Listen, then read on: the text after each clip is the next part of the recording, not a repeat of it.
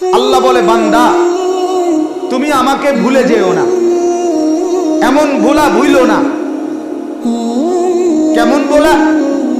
আমাকে যদি তুমি ভুলতে থাকো, শনিবার, রবিবার, সোমবার, মঙ্গলবার, বুধবার, বৃহস্পতিবার, শুক্রবার, দিনকে দিন, মাসকে মাস, বছরকে বছর মিথ্যা বলছো, চুরি করছো, অবৈধ রোজগার করছো, সুদ খাচ্ছ, ঘুষ খাচ্ছ, 30 বছর 20 বছর ঘরে রঙিন টেলিভিশন চলতেছে, নামাজের পাবন্দি নাই, 5 ওয়াক্ত জামাতের গুরুত্ব নাই, এইভাবে আমাকে ভুলতে ভুলতে আল্লাহ বলে একদিন এমন হবে ফাআনসাহুম আনফুসাহুম, আমি তোমাকেই তোমার থেকে ভুলাইয়া দেব,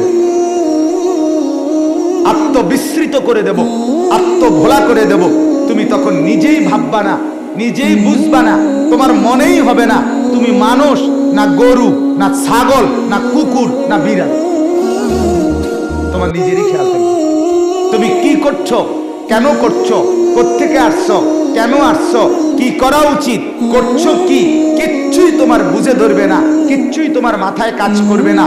আল্লাহ বলেন, আমাকে ভুলতে ভুলতে আমি তখন তোমার জিন্দিগি এইভাবে পাগল আর ছাগল মাতালের মতো বানায়।